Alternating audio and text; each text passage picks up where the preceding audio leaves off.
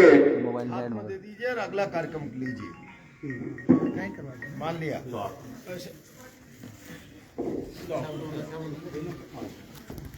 एक बार जोरदार तालियों के साथ मैं आदरणीय से थोड़ी माफी चाहूंगा कि भाई साहब के अंकल जी साथ होने की वजह से थोड़े से यहाँ लोग कम पहुंच पाए हैं, क्योंकि दुख के ऊपर दुख की घड़ी जिस तरह से भाई साहब के परिवार और इस बारां जिले के परिवार के ऊपर पड़ी है, मैं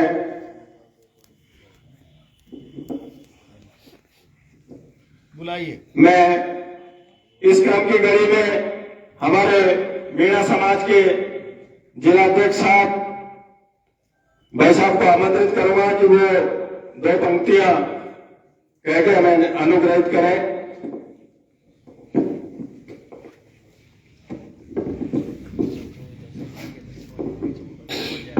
हमारे बीच पधारे हुए भाई साहब पेलाजी गुंजल साहब, हमारे प्रधान साहब कामित जी मीणा और हमारे भाई मित्र धर्मराज जी मेहरा और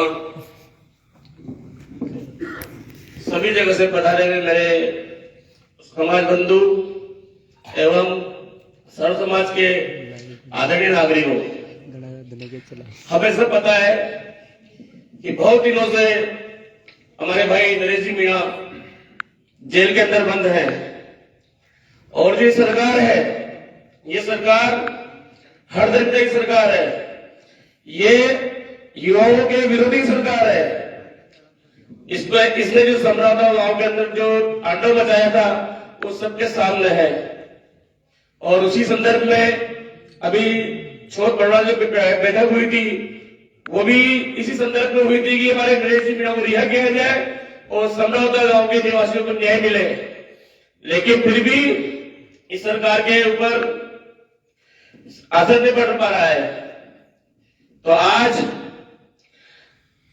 29 तारीख को नगर बोर्ड की जो बैठक होगी, हमारी पंचायत होगी, उसमें मैं सभी समाज बंधुओं से निवेदन करता हूं कि अधिक से अधिक संख्या में 29 तारीख को नगर बोर्ड पहुंचने की तैयारी करें और अपने तन मन और धन से साथ देकर नरेश जी की रिहाई के लिए हम सब एक साथ प्रयास करें, क्योंकि अगर आज नरेश जी मीणा के साथ है तो कल हमारे साथ होगा और ये सरकार हर धर्म की सरकार है। मैं सभी हमारे समाज के सभी जितने भी युवा बंधु और जितने भी गणमान्य नागरिक हैं, मैं सबसे निवेदन करता हूं कि अधिक से अधिक संख्या में 29 तारीख को नगर बोर्ड पहुंचने की तैयारी करें और हमारे समाज की जो आदिवासी मीणा विकास समिति बनी हुई है उसकी तरफ से भी जो भी हमारे से जो बनेगा, हम सभी मिलकर प्रयास करेंगे कि हम सब अधिक से अधिक संख्या में नगर बोर्ड पहुंचे। जय हिंद।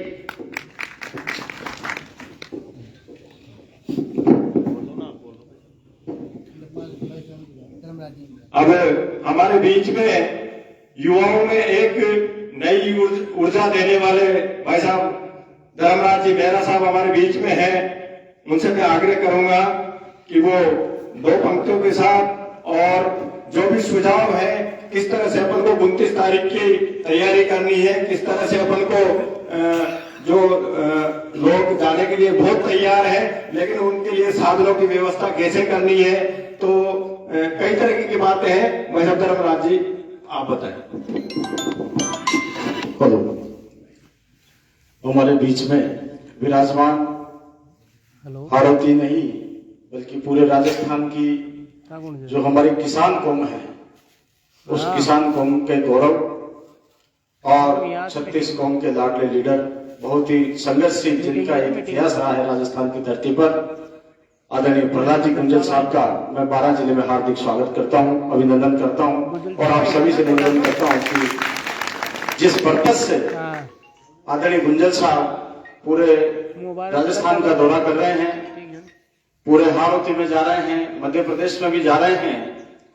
साथियों, प्रकरण तो आप सभी लोगों को पता है, उस पर चर्चा करके मैं समय नहीं लूंगा, लेकिन जिस तरह से पिछले कुछ सालों से राजस्थान का माहौल बना है, पिछले कुछ सालों से विशेषकर अपने हाड़ौती संभाग का जो माहौल बना है, 2 मिनट उस पर मैं चर्चा करना चाहूंगा। आदरणीय गुंजल साहब यहाँ बैठे हैं कि राजनीति में कुछ व्यापारी तबके के लोगों ने पैसे के दम पर, सरकार के दम पर, पुलिस और प्रशासन के दम पर और एक दूसरे से मिलकर, चाहे वो कांग्रेस के हो या बीजेपी के हो, किस तरह से इस हाड़ौती की राजनीति को अपने कब्जे में लिया है, ये आप और हम सब लोग जानते हैं। वर्तमान की स्थिति है कि जो किसान कौम के लोगों का जो वोट है, उस वोट को लेने के बाद में जो यहाँ के नेता हैं वो उसी कौम का शोषण 5 साल तक करते हैं, मंत्री बन जाते हैं, सांसद बन जाते हैं, सरकारें बन जाती है, लेकिन हम लोगों के हक और अधिकार की लड़ाई कोई नहीं करता है। हमारे बीच से हमारा एक भाई कॉलेज की राजनीति से निकलकर, क्योंकि अधिकतर जो भी हम साथी यहाँ पर बैठे हैं, हम 15-20 साल से वही लोग हैं जो कॉलेज की राजनीति से, छात्र जीवन से निकलकर संघर्ष के माध्यम से आगे आने की सभी लोग कोशिश कर रहे हैं। हमारी जो यूनिटी बनी है ग्रामीण छात्रों की, ग्रामीण छात्र संगठन बनाकर, ST, SC, OBC का संगठन बनाकर, किस तरह से 12 जिला मुख्यालय पर हम लोगों ने कोशिश करके और अपना एक संगठन खड़ा किया है। साथियों, ये लड़ाई रिहाई की है, समराता गांव के लोगों को न्याय दिलाने की है। वहां जो बहुत जबरदस्त नुकसान गांव वालों का और हमारे किसान कौम के लोगों का हुआ है, उसकी भरपाई कराने की लड़ाई है। साथ में इस बात की भी लड़ाई है कि आने वाले समय में किसान कौम की लीडरशिप किसान का बेटा करेगा, ये इस बात की भी लड़ाई है। और उसके लिए आप सभी लोग तैयार रहें। देखो, क्रांति एक बार में नहीं आती है। 1857 में देश की आजादी की लड़ाई शुरू हुई, प्रथम स्वतंत्रता संग्राम, और 1947 में देश आजाद हुआ। तो 90 साल तक क्या किया? आप जैसे, हमारे जैसे आदरणीय भाई साहब प्रहलाद जी गुंजल जैसे, आदरणीय भाई नरेश मीणा जी जैसे और कई क्रांतिकारियों ने अपना समय दिया, त्याग किया, जेलों में गए, कई लोग फांसी के फंदे पे झूल गए। जो क्रांतिकारी विचारों के थे, उन्होंने अंग्रेजी हुकूमत के खिलाफ लड़ाई लड़ी, और आज भी जो क्रांतिकारी विचारों के लोग हैं वो सरकार के खिलाफ लड़ाई लड़ रहे हैं। अभी हमारे भाई बता रहे थे कि ST की छात्रवृत्ति नहीं आ रही, SC के लोगों के साथ में दमन किया जा रहा है। सरकार ने किस तरह से कानून व्यवस्था पूरी खत्म कर रखी है राजस्थान में, और किस तरह से तानाशाही हुकूमत, कोई भी आवाज उठाए जेल में डाल दो, कोई भी कोई अधिकार की बात करे उसको जेल में डाल दो, मुकदमे लगा दो। इस तरह का जो वातावरण इस प्रदेश में बना हुआ है, हम सभी लोग आदरणीय गुंजल साहब के नेतृत्व में, और जैसे ही यहां से आप अभी आह्वान करेंगे नगर फोर्ट पहुंचने के लिए, हम अपनी निजी गाड़ियों से, गाड़ियां करनी पड़ेगी तो गाड़ियां भी करेंगे, पूरी ताकत के साथ में 12 जिले से हमारी उपस्थिति दर्ज होगी। ये मैं आदरणीय भाई साहब को विश्वास दिलाना चाहता हूं। और आप सभी लोग आगे बढ़कर, सब राजनीति अपनी जगह है, पार्टियां अपनी जगह है, लेकिन अपने दिलो दिमाग में लक्ष्य होना चाहिए कि किसान कौम के लोगों को किस तरह से आगे लाना है और किस तरह से सरकार और संगठन में हमारे लोगों को स्थापित करना है। उसके लिए आप सब लोग मिलकर काम करें। धन्यवाद। जय हिंद, जय भारत। बहुत बहुत धन्यवाद आदरणीय मेहरा साहब। मैं इस कड़ी में हमारे किशनगंज से प्रधान साहब हमारे बीच में मौजूद हैं, उनसे भी निवेदन करूंगा कि वो भी हमें 2 शब्दों के साथ अनुरोध करें, और आगे की क्या रणनीति 12 जिले से रहेगी वो भाई साहब अपन को बताएं। यहाँ पर विराजमान आदरणीय प्रहलाद जी गुंजल साहब का मैं हार्दिक अभिनंदन करता हूँ, स्वागत करता हूँ। आज दिन तक मैंने गुंजल साहब के बारे में सुना था, आज पहली बार मिला हूँ और पहली बार इनके व्यक्तित्व से बहुत ज्यादा प्रभावित हूँ। ऐसा नेता पहली बार देखने को मिला है जो किसी की परवाह किए बिना, जो अपना एक भाई है उसके लिए एक संघर्ष कर रहा है। नहीं तो नेता हाड़ौती में और भी हैं, बहुत सारे नेता हैं, तो कहीं न कहीं छुपते छुपाते नजर आते हैं, फ्रंट में कोई नहीं आना चाहता। सब पीड़ित हैं, कांग्रेस के नेता भी पीड़ित हैं, बीजेपी के नेता भी पीड़ित हैं। लेकिन पहला एक ऐसे व्यक्तित्व थे जो हमेशा संघर्ष का प्रयास रहा है और भाई नरेश के लिए खुल के साथ देने के लिए तैयार खड़ा है। मैं भाई साहब को विश्वास दिलाना चाहूंगा कि 12 से आप सब लोगों की दम पे अच्छी से अच्छी संख्या में 29 तारीख को अपन को अधिक से अधिक संख्या में बताना है। आगे की रणनीति भाई साहब हमें अवगत कराएंगे कि कैसे क्या कैसे जो भी चीजें बताएंगे। इसी के साथ मैं सभी से हाथ जोड़ के यही निवेदन करना चाहूंगा कि 29 तारीख को अधिक से अधिक से 12 की संख्या में 12 से लोग वहां पहुंचने चाहिए। जय हिंद, जय भारत। अब मैं जिनका हमें इंतजार था वो हमारे बीच में पधारे हैं, उनके लिए 2 पंक्तियां कहना चाहूंगा कि लोग कहते हैं बदलता है जमाना सबको, पर मर्द वो है जो जमाने को बदल देते हैं। ऐसे ही प्रहलाद गुंजल जी साहब हमारे बीच में हमें मोटिवेट करने आए हैं। 29 तारीख को नगर पोस्ट चलने के लिए मैं उनको आमंत्रित करता हूं।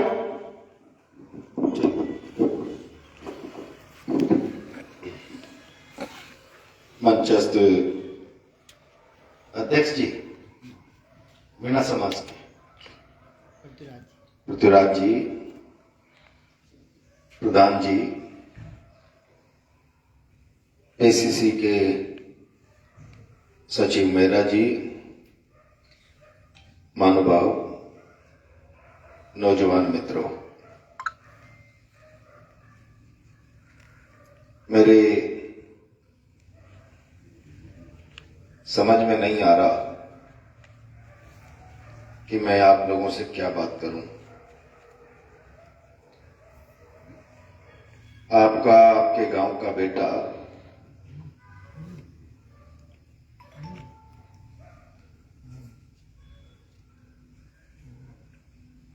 चालीस दिन से जेल में है। अभी झालावाड़ इकलेरा से होकर आ रहा हूं।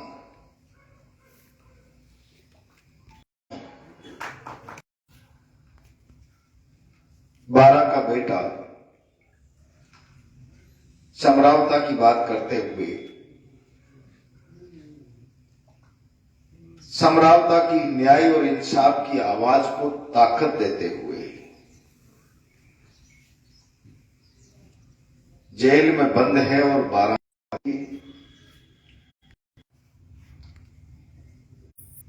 और इसीलिए मैं आपसे कह रहा हूं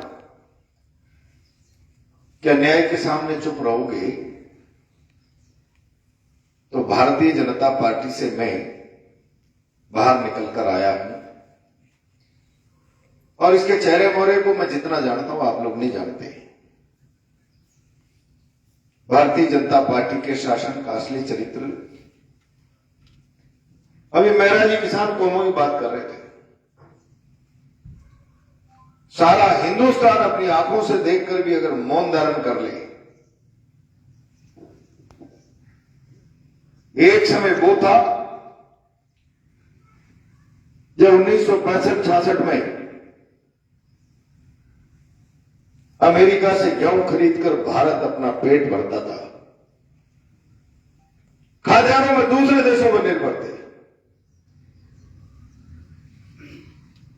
और तब लाल बहादुर शास्त्री ने उस संकट में देश को जय जवान के साथ जय किसान का नारा देकर आत्मनिर्भरता की ओर आगे बढ़ने के लिए कहा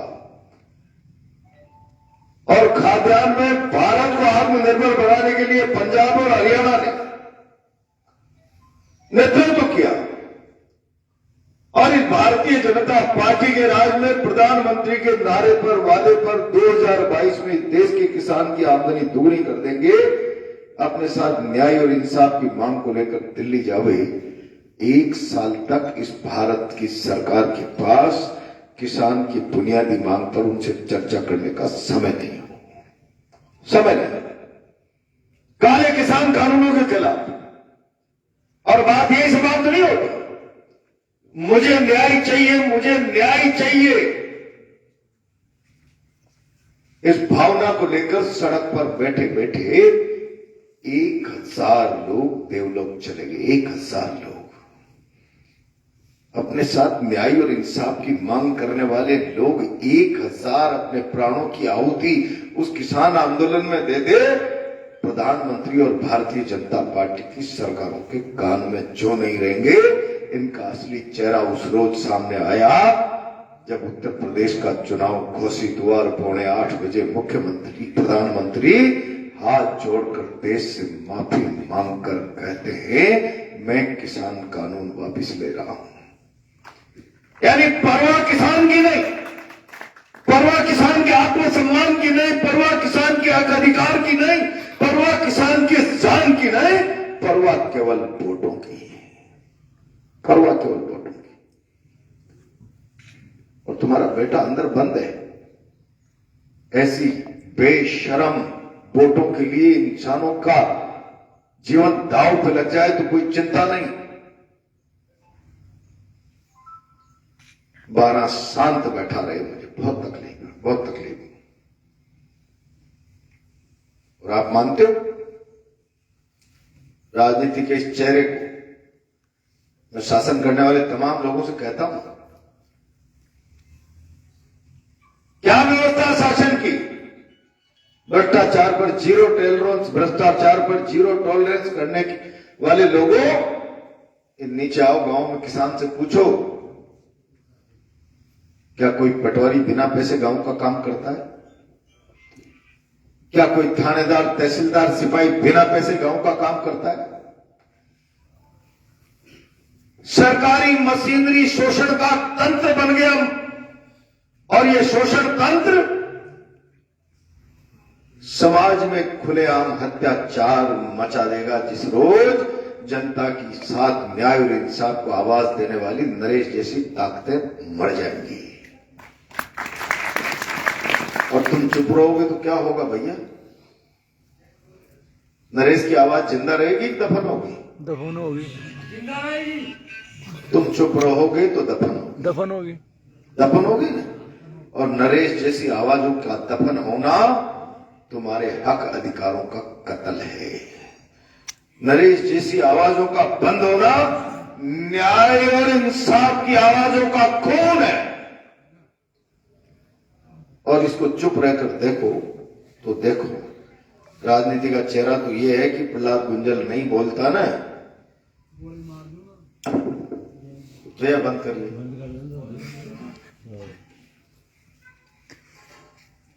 अच्छा हुआ गया जेल। कुछ लोग तो ये कहने वाले भी है ना, लेकिन नरेश जेल नहीं गया। क्यों गया जेल? नरेश ने थप्पड़ मार दिया, ये तो सारा हिंदुस्तान और मीडिया कह रहा है। समरावता चिल्ला रहा है पिछले कई सालों से, महीनों से, 15 किलोमीटर के एसडीएम हेडक्वार्टर से 85 मत डालो, 85 मत डालो। सरकारों के कानों में शीशा डला हुआ है तो वोट डालकर प्रजातांत्रिक वोट का बहिष्कार करके प्रजातांत्रिक तरीके से हक अधिकार की बात करने वाले समरावता के साथ जाकर उनकी आवाज को ताकत देने के लिए 12 का बेटा खड़ा हो गया तो क्या पाप कर दिया, गुनाह कर दिया? और समरावता के लोगों को दादागिरी करके समरावता में झापट देने वाला, थप्पड़ देने वाला नरेश तो जेल है, लेकिन आदर्श आचार संहिता के भीतर जबरदस्ती सरकारी कर्मचारियों से वायलेशन ऑफ लॉ, कानून का उल्लंघन कर, आचार संहिता का उल्लंघन कर जबरदस्ती वोट डालने वाले एसडीएम के खिलाफ क्या कार्रवाई हुई? हमारी मांग है सरकार से, तुम शासन में हो तो रावण नहीं। जनता ने चुना है और जनता की अनदेखी करने वाली अच्छी अच्छी सरकारों को मैंने सड़कों पर धूल चाटते हुए देखा है। और इसीलिए मैं आज कहने आया हूं कि और इतना सा नहीं। क्या हुआ समरावता में? क्या हुआ? बच्चे पढ़ते होंगे किताबों में जलियांवाला कांड। जलियांवाला कांड में लोग मीटिंग कर रहे थे, चारों दरवाजों पर आकर पुलिस ने अंधाधुंध गोलियां चला दी। यही पढ़ा, पढ़ते होंगे बच्चे। मानगढ़ में जल, जंगल, जमीन आदिवासी की, अंग्रेजों का कानून नहीं मानेंगे, अंग्रेजों की पुलिस आती है और आदिवासियों पर गोलियां चला देती है, 1400 आदिवासी मारे जाते हैं। लेकिन लोकतंत्र में ये सब दृश्य न तो पढ़ा होगा न देखा होगा कि अपने हक अधिकार की मांग के लिए धरने पर बैठा हुआ व्यक्ति, माताएं बहनें, भजन संध्या चल रही है, आनंद ले रहे हैं, भोजन कर रहे हैं, और फिरंगी राज की, अंग्रेजों के राज की तरह भजन लाल की पुलिस आती है, आंसू गैस चलाती है, गोलियां चलाती है, पकड़ पकड़ कर लोगों के हाथ पैर तोड़ती है, भाग भाग कर लोग छतों से घास में फूस में अपनी जान बचाते हैं, तो घरों में तोड़ फोड़, घास फूस में आग, बकरियां जिंदा जल गई। सर्दी में लोगों ने तालाब में कूद कूद कर अपनी जान बचाई और पुलिस ने लोगों की प्रॉपर्टियों में आग लगा दी। ग्यारसी लाल, मांगी लाल लड़ गए, एक दूसरे के घरों में आग लगा दी, ये तो सुना है, लेकिन ये नहीं सुना कि पुलिस आई और लोगों की प्रॉपर्टी जला दी। समरावता की घटना अंग्रेजों की याद दिला रही है, अंग्रेजों की। क्या इन अंग्रेजों की अक्ल ठिकाने लानी चाहिए नहीं चाहिए? लानी चाहिए। तो फिर मैं 12 के लोगों में ये मुर्दापन क्यों देख रहा हूं? राजनीतिक दबाव दो काका जी, दूर करो इस मुर्दापन को। जिंदा हो तो जिंदा होने का सबूत दो और आओ 29 तारीख को इस सरकार के कानों में अगर शीशा भी भरा है तो पर्दे फाड़ दो, न्याय दो समरावता को, बेगुनाहों को छोड़ो, प्रशासन के खिलाफ कार्रवाई करो, नहीं तो नगर फोर्ट 29 तारीख अगला कदम जयपुर की राजधानी की तरफ उठाने का तय करेगा। जिंदाबाद जिंदाबाद जिंदाबाद। अब सोच लेना तुम लोग, मैं 12 में निराश होकर जा रहा हूं, ध्यान में आ गई बात? कोरे इनकलाब के नारों से काम नहीं चलता। इनकलाब के नारे में कुर्बानी होती है, कुर्बानी। और इनकलाब को कुर्बानी कैसे कहा गया? भगत सिंह को फांसी हो गई, इनकलाब में कुर्बानी का भाव, शहादत का भाव, पूरा देश खड़ा हो गया। भगत सिंह को फांसी हुई तो गौरों को भगा दिया। लोगों ने कहा जेल तोड़कर आपको निकाल देते हैं। भगत सिंह ने कहा देश कह रहा है भगत सिंह को फांसी हुई तो गोरों को हिंदुस्तान में नहीं रहने देंगे, मकसद के नजदीक आ गए। हो सकता है मैं इस सैलाब को बाहर जाकर तूफान में बदलने के बजाय ठंडा हो जाए, और इसलिए ये सैलाब तूफान में बदले, इसके लिए आज मेरा रास्ता जेल तोड़कर भागने के बजाय शहादत है, शहादत। कुर्बानी के भाव ये है। इनकलाब इनमें छिपा है, इनकलाब में ये भाव छिपे हैं, और इसलिए जवानों कोरे इनकलाब के नारे लगाकर इनकलाब के भाव का मान मत करो। मैं न लड़ने बुला रहा हूं, न लाठी, न बंदूक, न गोला, न तमंचा। लोकतंत्र में सरकारें जनता से डरती है। 29 तारीख को सिर गिनाने के लिए बुला रहा हूं। अब सोच लेना 2-3 दिन में क्या करोगे, कैसे करोगे। समरावता का 15 बीघा का, उसका नगर फोर्ट का 15 बीघा का मैदान भरा रहना चाहिए। आगे बस छोटा बनना चाहिए। करोगे चिंता? करेंगे। और तुमने मुझे भी निराश कर दिया ना, तो बात खत्म हो जाएगी। नहीं। हर गांव से बसे। तो आइए 29 तारीख को मिलेंगे। धन्यवाद।